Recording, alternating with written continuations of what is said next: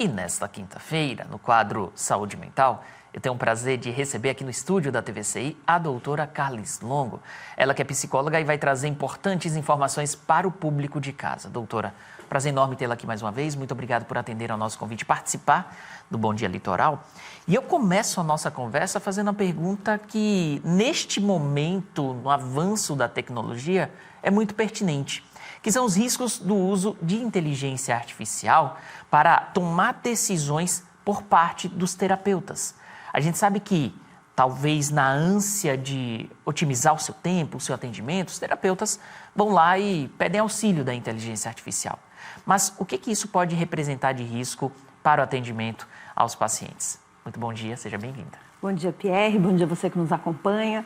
Tema pertinente, né, que está aí o mundo inteiro falando da inteligência artificial e falando da inteligência artificial na terapia, né, unido aí à psicologia. E aí, Pierre, a gente tem um alerta bastante importante. O terapeuta não vai ser substituído por um robô, né? Então, quando você fala ali dessa questão, em outras palavras, do imediatismo, né? Está ali à disposição o tempo todo, otimizar o tempo. A gente está ensinando esse indivíduo que busca a terapia nesse formato da inteligência artificial, que não é terapia, tá? Isso tem que ficar bem pontuado, que o que é feito com a inteligência artificial não é terapia. Porque o robô não tem a condição, Pierre, de fazer uma leitura postural, corporal, de olhos, de expressão. Ele vai responder aquilo que você pergunta, né? Então, a gente tem que jogar luz a isso para que as pessoas entendam. E aí a gente passa a ter um problema de comportamento desses indivíduos, porque ele não aprende o esperar, o aguardar, a tolerância, né? Fica muito imediatista, que já é uma dificuldade que a humanidade vem apresentando há muito tempo, né? Por conta desse mundo, do excesso de estímulos que a gente tem, de ofertas que a gente tem. Então, tudo muito rápido, tudo muito líquido, né? Tem um autor, o Bauman, que ele diz tem um livro chamado Sociedade Líquida, né? Dessa liquidez. Então, é tudo tão fluido, Pierre, que as pessoas não assimilam. E ali, na inteligência artificial, também é nesse formato, né? A resposta ela é muito rápida e que o indivíduo não consegue absorver e entender, se apropriar daquilo que está sendo dito. Ainda nesse aspecto, a população, às vezes, quer desabafar com alguém. A pessoa, às vezes, quer desabafar. E aí não tem naquele momento um amigo, não tem uma terapia para realizar. Vai lá no chat GPT, que é talvez a inteligência artificial mais conhecida, e digita: chat, eu quero desabafar, tá.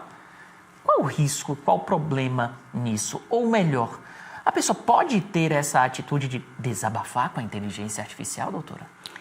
Poder ela pode, dever ela não deve.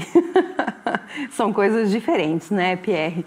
Nos Estados Unidos agora, no estado de Illinois, no estado de Illinois, teve aí a proibição, né? Porque quando a gente fala em chat, a gente já está condicionado a pensar no GPT. Mas nós temos muitos chatbots, né? E tem 40 fazendo terapia, né? Se intitulando terapeutas. Então, assim, Pierre, o cuidado que tem é que esse indivíduo, ele vai ter respostas daquilo que ele está perguntando. E nós, quando estudamos psicologia, que são 5 anos de curso, que a gente estuda anatomia, neuroanatomia, neurofisiologia, comportamento, é um todo desse indivíduo, a gente tem condições de fazer leitura e provocação. Por que você está sentindo isso? Colocar o indivíduo para pensar.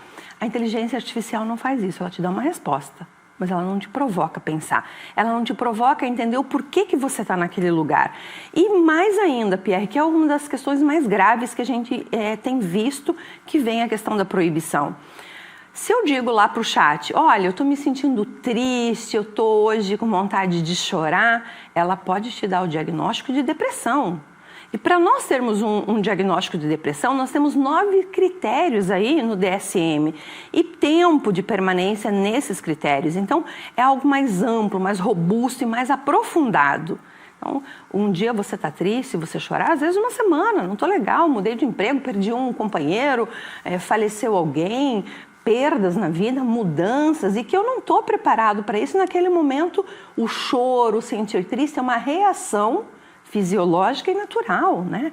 E que é importante que a gente chore, é importante que a gente consiga externar as nossas emoções. E ouvir só o que a gente quer, Pierre, provoca aí também um pensamento para nós, né? Que tipo de ser humano que a gente está falando? Que está numa zona de conforto, que não busca o melhoramento, que não busca estar aí sendo melhor e lidando com as frustrações? Você que tem um bebê pequeno lá, né? Dá para atender todas as necessidades o tempo todo? A gente tenta, mas não é possível. Não é verdade? Então, a vida lá fora, a vida fora da nossa casa, vai cobrar e vai exigir dos nossos filhos e de nós mesmos. Por isso a gente tem que ser resiliente, buscar tolerar, buscar... O trânsito está aí, né? As pessoas estão tão intolerantes, por quê? Porque estão deslocando. Então, como é que isso vai se comportar na inteligência artificial que diz só o que eu quero ouvir? Não fique triste, está tudo bem. Bem para quem? Doutora, eu não sou uma pessoa que tem uma familiaridade muito grande com o chatbot, com a inteligência artificial. Mas, depois da nossa conversa, eu fiz um teste, inclusive na presença de outras pessoas aqui na TVCI. Eu falei assim, vou conversar aqui fingindo que eu tenho depressão, vou dizer, eu tenho depressão, quais remédios eu poderia utilizar? Uhum. E aí a resposta foi, olha, não é uma recomendação, mas você pode usar esses remédios aqui. Não é uma recomendação, mas ele me disse a lista de remédios para a depressão. E, de certo modo, até mesmo pode ter facilitado. Uma pessoa pode facilitar alguma pessoa que tem esse estímulo a comprar um medicamento. Quais os riscos de tomar medicamentos associados a algum transtorno, alguma doença? Por que a inteligência artificial te recomendou? Quais os riscos da utilização, da compra desses medicamentos recomendados pela inteligência artificial? Os riscos são vários, Pierre, mas a gente ainda tem uma margem de segurança que essa medicação, que é o psicotrópico, ele é comprado somente com receita médica, né? Então isso já inibe um pouco esse comportamento abusivo. Quando o chat ou a vizinha do lado faz a sugestão, a vizinha diz assim, eu tomei tal medicação, foi maravilhoso para mim, que eu estava com depressão. A questão é que a depressão, ela é multifatorial.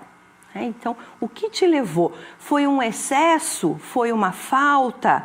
E isso são atuações em neurotransmissores diferentes.